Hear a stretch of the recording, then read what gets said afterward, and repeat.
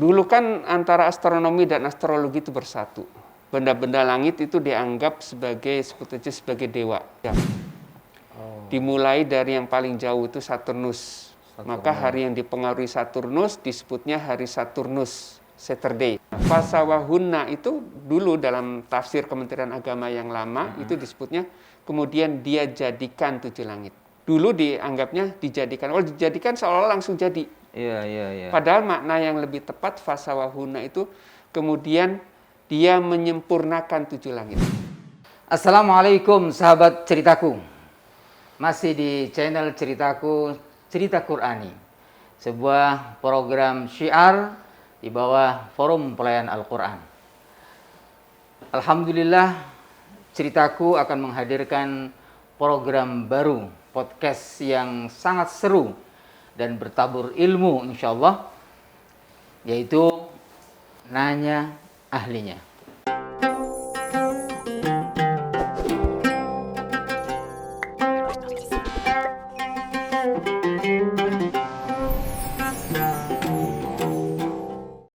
Pada podcast Nanya Ahlinya, insyaallah kita secara rutin akan menghadirkan para pakar di bidang tertentu agar kita bisa bertanya tentang korelasi ayat-ayat Al-Quran maupun ayat-ayat kauniyah atau sains sesuai teori keilmuan modern. Dan bagi teman-teman yang belum melihat film-film kami, film-film ceritaku yang keren, bisa mengklik channel ini, insyaallah banyak manfaatnya. Baik, kali ini kita ketemu lagi nih, alhamdulillah ketemu dengan Kepala Lapan yang kita sudah bincang-bincang kemarin tentang penyatuan kalender Islam. Kali ini beliau alhamdulillah memberikan kehormatan lagi di ruang pemantauan cuaca antariksa 8 dan sudah bersama kita Profesor Dr. Thomas Jamaluddin. Assalamualaikum, Prof. Waalaikumsalam warahmatullahi wabarakatuh. Jadi kita ketemu lagi, Prof. Ini suatu kesyukuran ataupun nikmat yang kami syukuri, dan terima kasih sekali Prof bisa hadir dan bisa terus memberikan kontribusi yang manfaat untuk umat. Jadi Prof ini saya ingin memberitahu kepada teman-teman, beliau adalah kepala Lapan, ya, kepala Lapan, dan kita punya kesempatan yang sangat keren ini bisa berjumpa langsung. Baik, Prof. Kemarin kita sudah membahas tentang penyatuan kalender Islam. Kita ingin sekarang mengkaji tentang ayat-ayat kauniyah. Ya.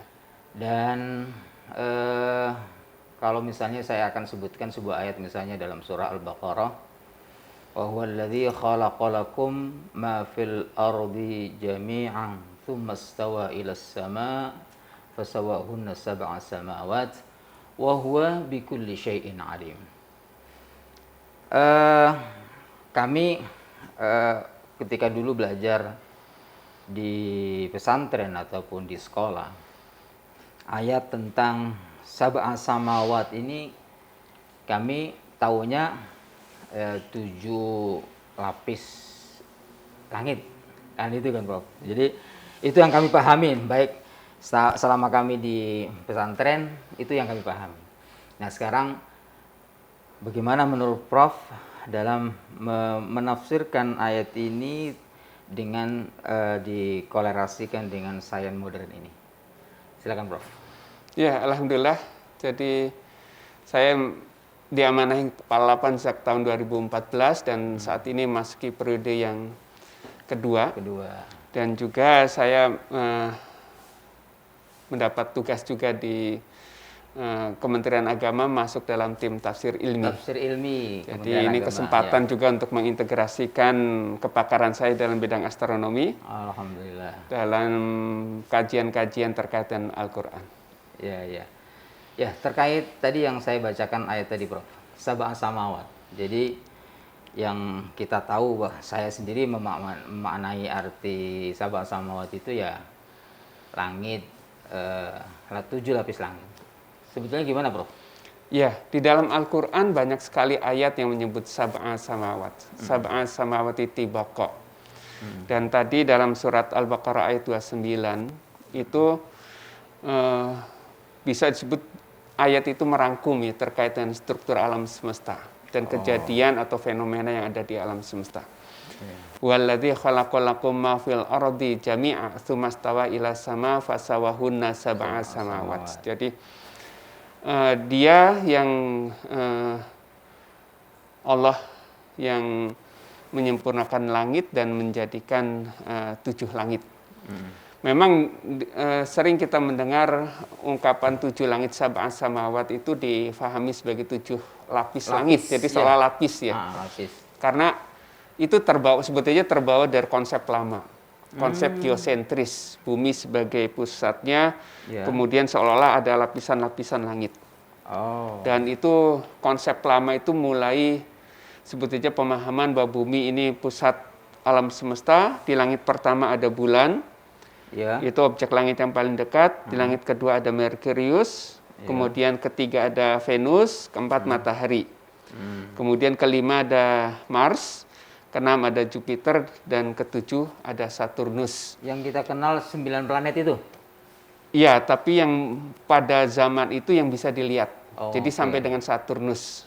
Sampai dengan Saturnus. Dan ya dulu kan antara astronomi dan astrologi itu bersatu. Benda-benda langit itu dianggap sebagai dewa atau representasi penguasa alam semesta. Bulan, Merkurius, kemudian Venus, matahari, Mars, Jupiter, Saturnus itu dulu dianggap mempengaruhi bumi dari jam ke jam. Dimulai dari yang paling jauh itu Saturnus. Maka hari yang dipengaruhi Saturnus disebutnya hari Saturnus, Saturday. Nah, jam berikutnya kemudian Jupiter, kemudian Mars, matahari, Venus, Merkurius, bulan, balik lagi Saturnus. Nah, 24 jam urutan berikutnya yang mempengaruhi itu adalah matahari. Maka disebut hari matahari Sunday. Nah, kalau urutkan lagi 24 jam, itu urutan berikutnya jatuhnya ke bulan. Maka disebut hari bulan. Moon ya. Jadi Monday. Nah, kalau urutkan berikutnya lagi jatuhnya ke Mars. Mars itu dewa Chu. Maka disebut Tuesday. Kalau diurutkan lagi jatuhnya Merkurius. Merkurius itu wooden. Itu disebut sebagai Wednesday. Urutan berikutnya, hari berikutnya itu Jupiter, Thorn. Jadi Thursday. Nah, kalau urutan berikutnya jatuhnya ke Venus, Freya. Itu Friday. Nah, itu konsep 7 langit itu mempengaruhi lahirnya konsep sepekan 7 hari. Dan dalam tafsir lama masih menggunakan itu. Misalkan tafsir Ibnu Katsir ya, itu masih memahami konsep langit itu seperti itu.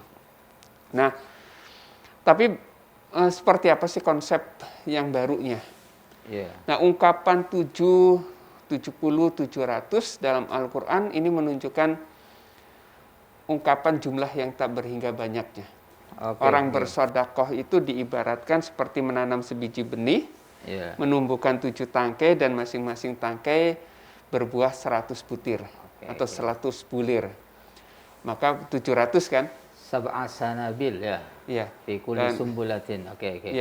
Dan itu pada akhir ayat mengatakan bahwa demikianlah Allah melipat gandakan. Jadi untuk menyatakan jumlah yang banyak sekali. Yang tak terhingga. Iya, yang tak. Dan lebih jelas lagi dalam surat Luqman ya.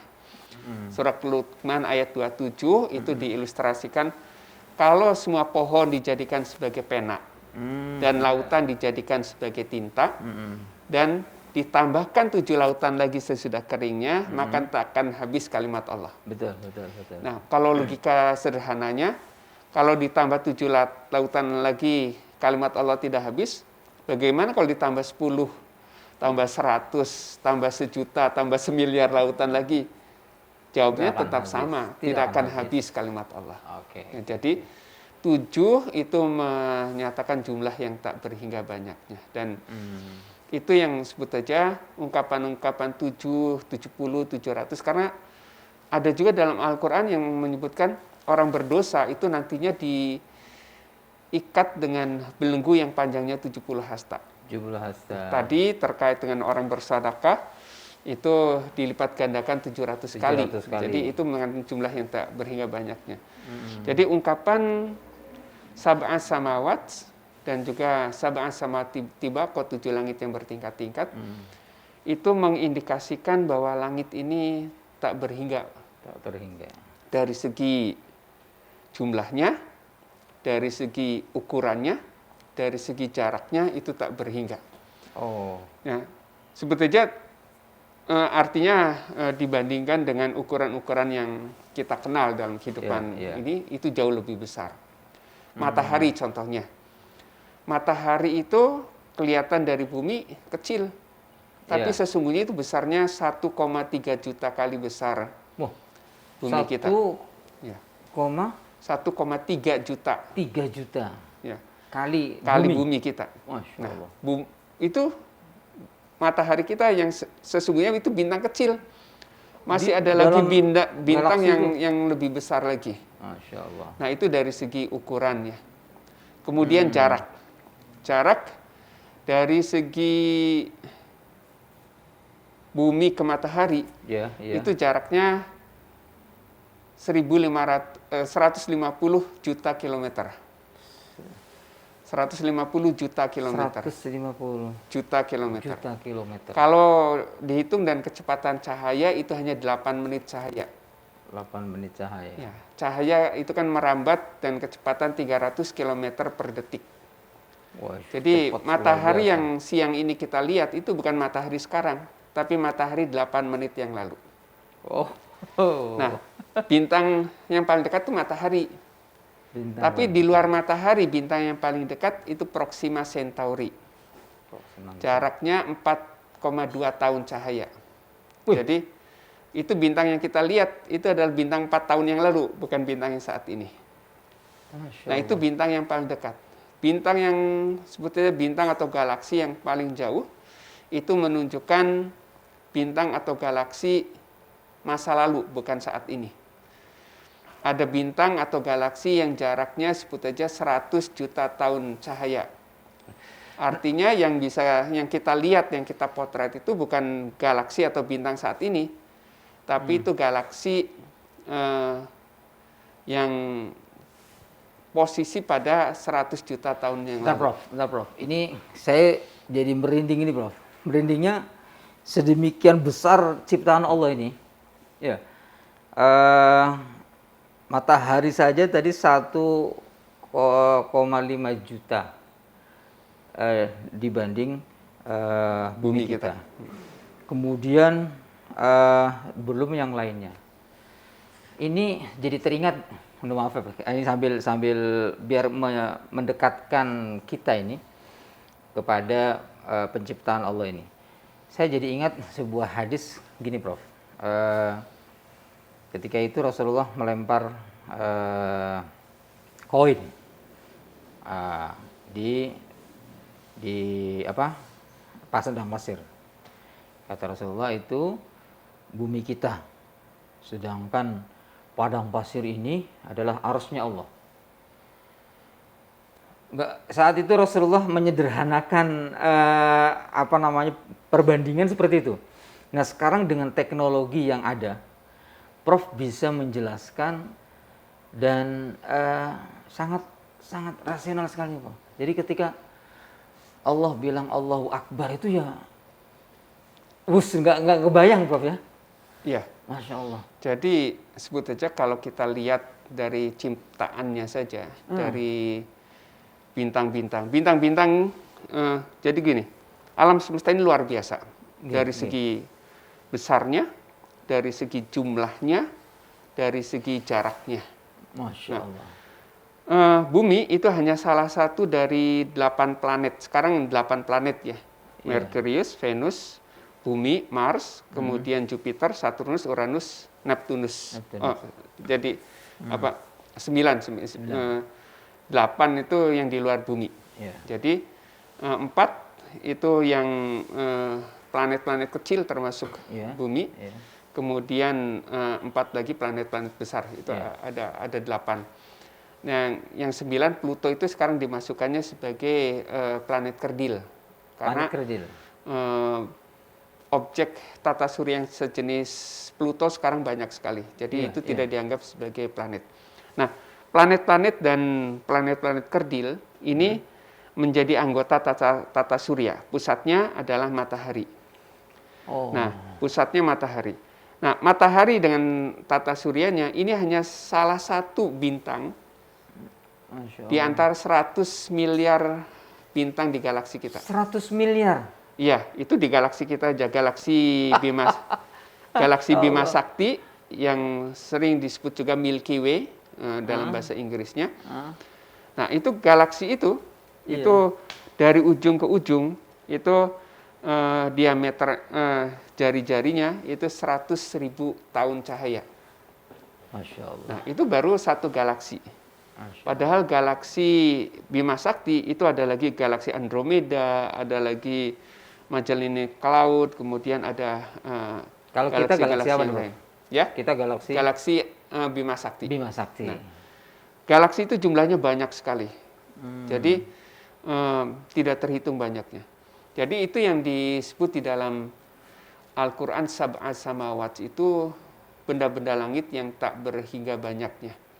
Dan itu bukan berada pada lapis-lapis seperti pemahaman yang lama. Ya, kita ngomong lapis-lapis itu. Sab'an samawati tibaqo 7 langit bertingkat-tingkat. Mengapa disebut bertingkat-tingkat? Bukan berarti dalam lapis-lapis, bukan. Tapi karena jaraknya berbeda-beda, sehingga seolah-olah ada di yang dekat, kemudian agak jauh, dan akhirnya yang paling jauh. Jadi tibaqo di situ yang bertingkat-tingkat karena jaraknya yang jauh. Jadi memahamin sab'a samawat itu struktur alam semesta ini, Bro?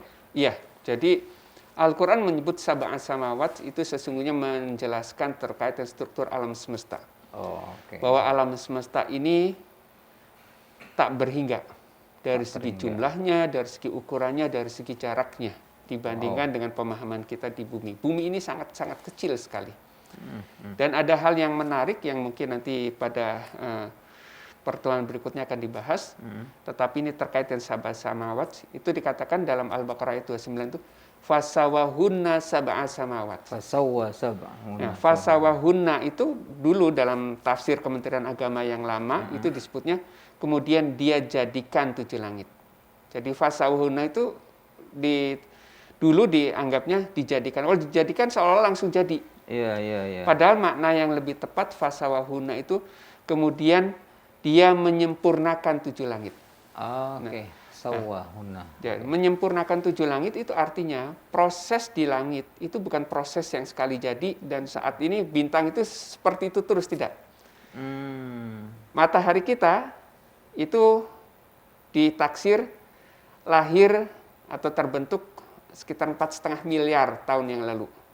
4,5 miliar. Padahal alam semesta ini umurnya sekitar 13,7 miliar tahun yang lalu.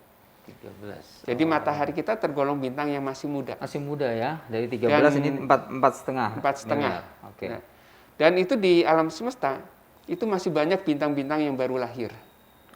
Tapi banyak juga bintang-bintang yang sudah mati. Nah, mati itu berarti hilang gitu aja atau gimana? Ya, gini.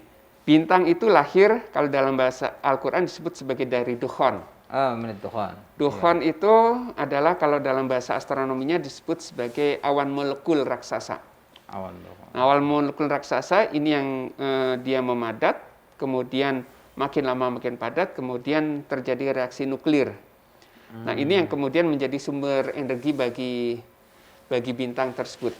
Nanti bahan bakar nuklir ini dari hidrogen menjadi helium, kemudian dan seterusnya menjadi karbon, oksigen dan seterusnya, itu makin lama makin habis.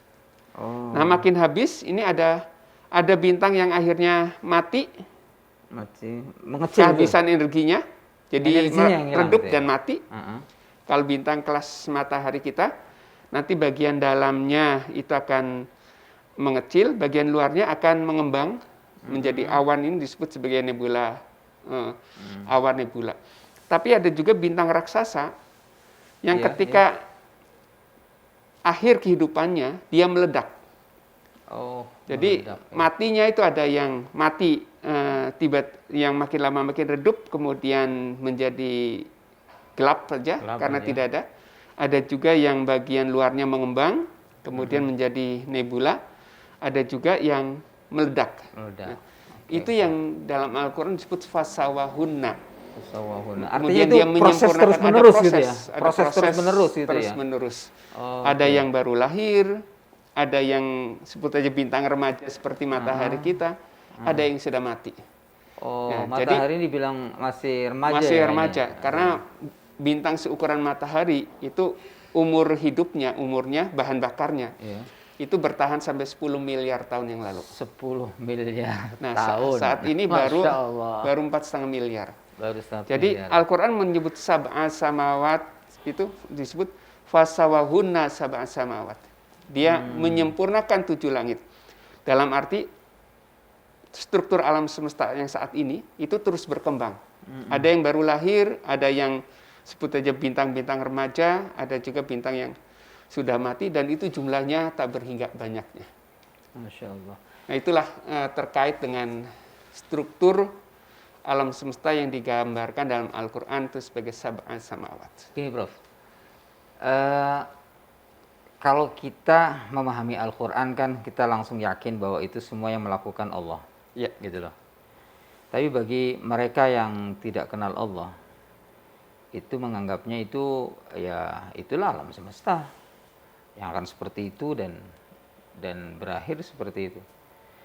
Bagaimana ini menyikapi? Apakah para pakar-pakar itu juga pada akhirnya sebetulnya mengakui pasti ada kekuatan di luar itu? Gimana Prof itu? Ya, jadi kalau secara sains, itu sains tidak menyebut siapa yang menciptakan. Jadi disebut aja alam semesta tercipta. Oh, tapi tercipta ya? Ya, bukan ada sendirinya, bukan ya? Bukan. Oke. Tercipta dengan sebutnya peristiwa Big Bang. Nanti akan dibahas dalam pertemuan berikutnya. Oke. Nah, tercipta dalam itu hanya mengatakan ini secara fisiknya, itu pasti kejadian, pasti ada mulanya. Nah, mulanya itu dengan peristiwa Big Bang. Nah, dari Big Bang ini kemudian alam semesta mengembang. Nah, terus mulai terbentuk bintang-bintang dan galaksi-galaksi. Atau galaksi-galaksi yang di dalamnya ada bintang-bintang. Sampai dengan sekarang. Tapi sains tidak pernah berbicara siapa yang menciptakannya. Nah, akhirnya ya ada dua. Memang bagaimanapun itu kemudian ada dua pendapat. Ya, sebagian mengatakan itu tercipta pasti ada penciptanya. Dan itu yang kita kenal sebagai Allah. Bagi yang beragama lain yang mengatakan itu Tuhan yang mereka yakini. Tapi ada tetap yang mengatakan bahwa ini tercipta, itu ada yang mengatakan ya dengan sendirinya. Tercipta dengan sendirinya? Ya, tapi dengan sendirinya bagaimanapun secara logika juga agak sulit. Pasti ada sesuatu yang memulai. Dan yang memulainya pasti itu saya kira kata kunci yang menarik, Prof. Tercipta. Artinya gini.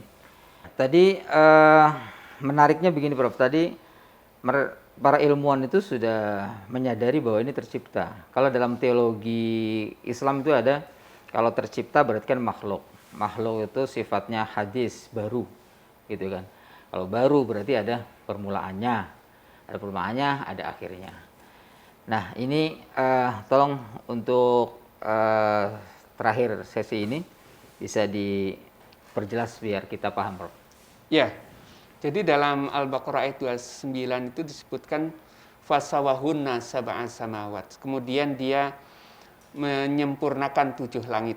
Nah, tadi sudah disebutkan 7 langit itu menggambarkan struktur alam semesta yang tak berhingga. Ya. Dari segi ukurannya, dari segi jaraknya, Ya. kemudian juga dari segi jumlahnya. Oke. Nah, fasawahuna itu menggambarkan bahwa itu menyempurnakan. Menyempurnakan artinya ada satu proses. Ada proses lahir, proses berkembang, sampai dari proses mati. Dan di alam semesta, bintang-bintang sama seperti kehidupan kita. Jadi ada yang baru lahir, ada yang sedang berkembang, ada yang sudah mati. Dan ini yang menariknya nanti kita bahas dalam sesi berikutnya terkait dengan bagaimana evolusi alam semesta. Dan betul, pasti evolusi alam semesta itu, atau katakan terciptanya atau menyempurnakan alam semesta ini, pasti ada awalnya. Ada awalnya. Dan awalnya itu yang nanti dikenal itu sebagai Big Bang, teori Big Bang. Dan dari situ kemudian alam semesta ini mengembang. Oke, makasih banyak ini. Ini pembahasannya berat, tapi kita jadi sebagai orang awam ini jadi paham sebagaimana Allah demikian luar biasa dan detail sekali membuat alam ini tercipta dan tersusun ini. Oke, jangan kemana-mana. Ini baru sesi pertama nih. Sesi kedua ini kita akan bersama beliau, masih bersama beliau. Nanti kita akan bertanya banyak kepada beliau tentang penciptaan alam semesta yang tadi sudah disebut oleh beliau teori Big Bang. Oke, tunggu ya. Kita akan jumpa lagi di sesi kedua. Assalamualaikum.